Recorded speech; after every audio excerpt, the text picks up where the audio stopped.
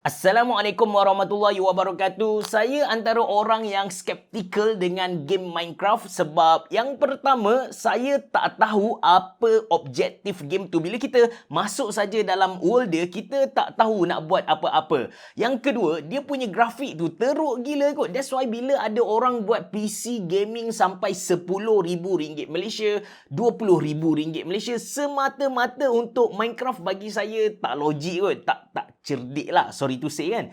But then anak-anak saya dia suka main Minecraft. Dia suka main Minecraft dengan dia punya smartphone. Tengok, smartphone pun boleh run Minecraft. Kenapa kita nak buat PC sampai RM10,000 Malaysia kan? So bila saya minta anak-anak saya ajar, saya baru tahulah objektif game ni dia ada dua. Kita boleh pilih sama ada nak survival mode ataupun creative mode.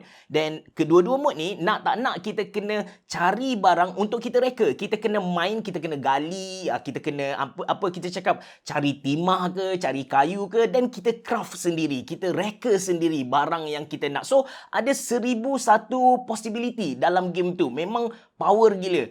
Lepas tu bila saya explore dengan PC yang ada dekat belakang ni, total dia RM12,000 Malaysia, specifically RM11,800 Malaysia.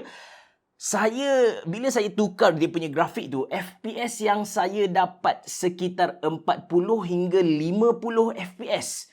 Yes, Minecraft, game yang petak-petak tu, FPS untuk 2K resolution guna RTX 3070 Ti just average 48 sahaja.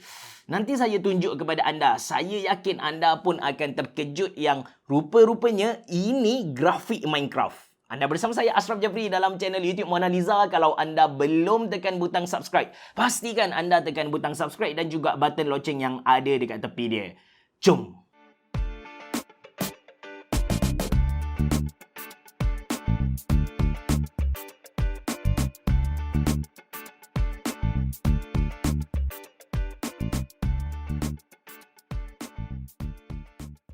Video ini disponsor oleh ADATA XPG. Mereka sponsor saya satu SSD PCIe 4 yang terbaru, yang paling laju macam Classit, iaitu Gammix S70 Blade. Read speed SSD ni saya dapat dalam 7100 MB per second, manakala dia punya write speed 6500 MB per second. Kalau anda berminat untuk beli PCIe 4 NVMe SSD ni, saya sediakan link dalam ruangan description box below. Alright, ini PC yang saya buat semata-mata untuk Minecraft. First kali, prosesor saya guna Intel Core i7 11700K, antara prosesor Intel terbaru dengan turbo boost 5 GHz. Kemudian CPU cooler yang anda tengok siap ada skrin bagai ni, ini sebuah CPU cooler bangsawan dari Asus, iaitu Asus ROG Ryujin 2 360 liquid CPU cooler. Ini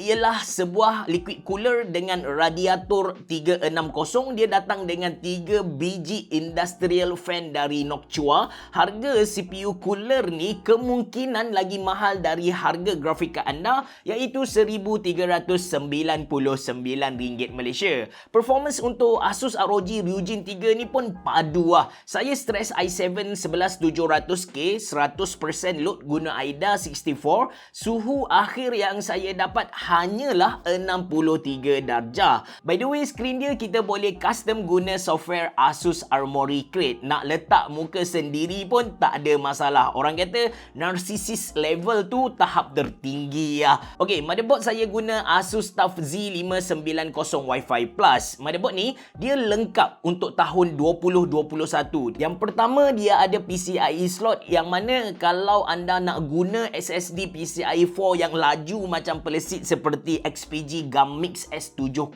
Blade ni pun tak ada masalah. Yang kedua, dekat motherboard ni dia punya I/O front panel, dia ada USB-C punya port. Lepas tu ada header ARGB dan juga DRGB, dan dia punya I/O port di bahagian belakang tu banyak gila USB. Itu yang saya suka. In case anda nak overclock pun tak ada masalah, sebab motherboard ni dia memang dibuat khas untuk overclocker. Seterusnya, RAM saya guna RAM RAM dari V-Color iaitu V-Color Prism Pro dengan saiz 32GB. Dia punya speed laju gila 4133 MHz. In case anda nak cari RAM yang performance dia mantap tapi dalam masa sama kita cakap aesthetic tu pun cantik, anda boleh beli V-Color punya RAM sebab dia walaupun anda beli yang dual kit punya yang 8+8 tu, dia akan bagi lagi kepada kita 2 dummy. Jadi kalau kita letak dekat motherboard kita akan nampak yang RAM slot tu penuh, and kesemua empat tu dia menyala RGB dengan sangat-sangat cantik lah. Alright, untuk storage of course saya guna SSD yang disponsor untuk video kali ni iaitu XPG Gammix S70 Blade. Dia punya performance saya dah bagi tahu kepada anda masa awal video tadi. Dia punya read speed saya dapat sekitar 7100 MB per second, manakala untuk write speed saya dapat 6500 MB per second. Laju macam pelesit bosku. Tentang graphic card saya guna dari Asus juga iaitu Asus TUF Gaming RTX 3070 Ti, yang mana ini adalah graphic card terbaik untuk carry game dengan resolution 2K.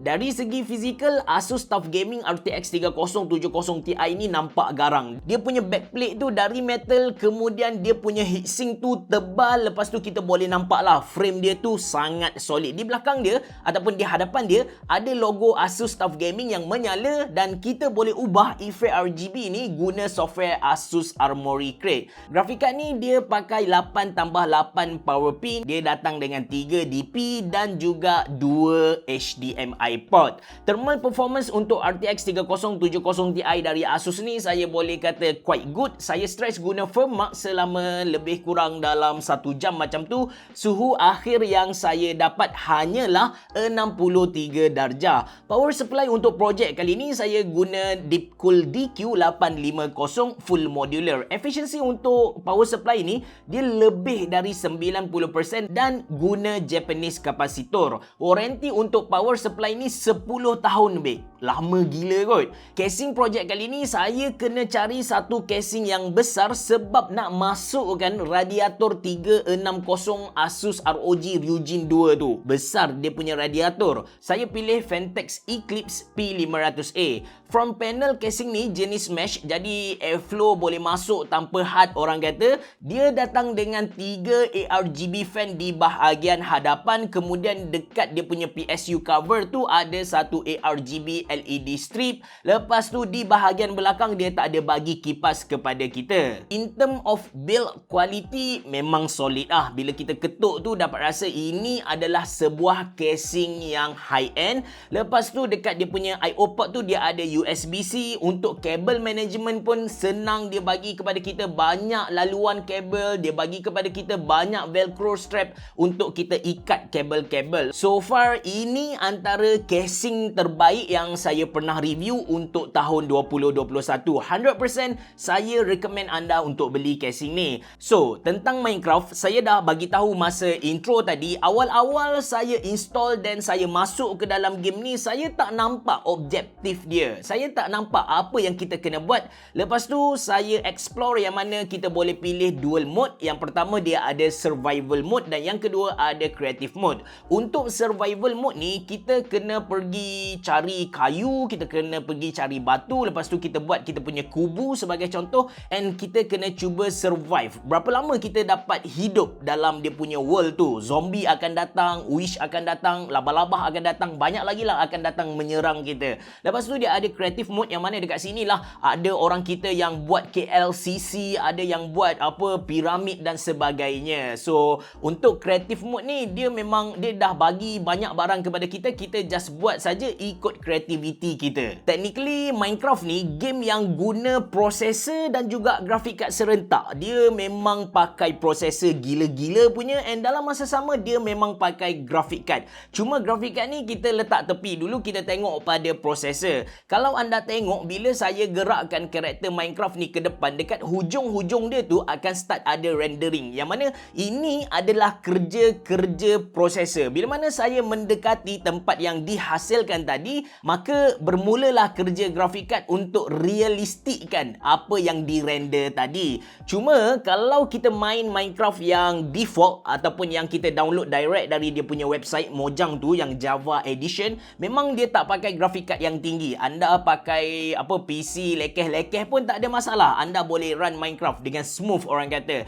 But saya yakin once anda dah gila dengan Minecraft ni, anda dah attach dengan dia, anda akan upgrade level anda untuk dapatkan grafik yang gila-gila lawa, which is kita akan start main dengan shader seperti yang saya sedang tunjuk kepada anda sekarang. Dia punya grafik memang kita cakap different level lah, lawa gila. Ni saya tak on pun dia punya ray tracing, ni just sekadar kalau dalam Instagram kita panggil dia sebagai filter lah. So bila kita on shader, ketika ni lah grafik tu memang akan digunakan gila-gila punya. That's why RTX 3070 Ti pun tak mampu nak handle game ni dengan smooth. Ada ketika bila saya gerak tu, dia punya FPS akan drop sampai bawah dari 30 FPS.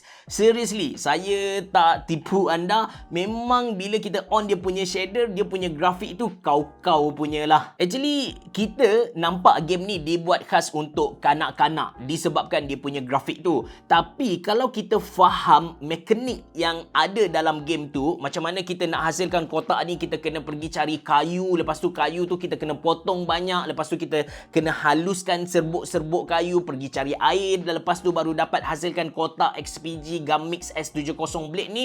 Kita akan teruja dengan betapa hebatnya game ni.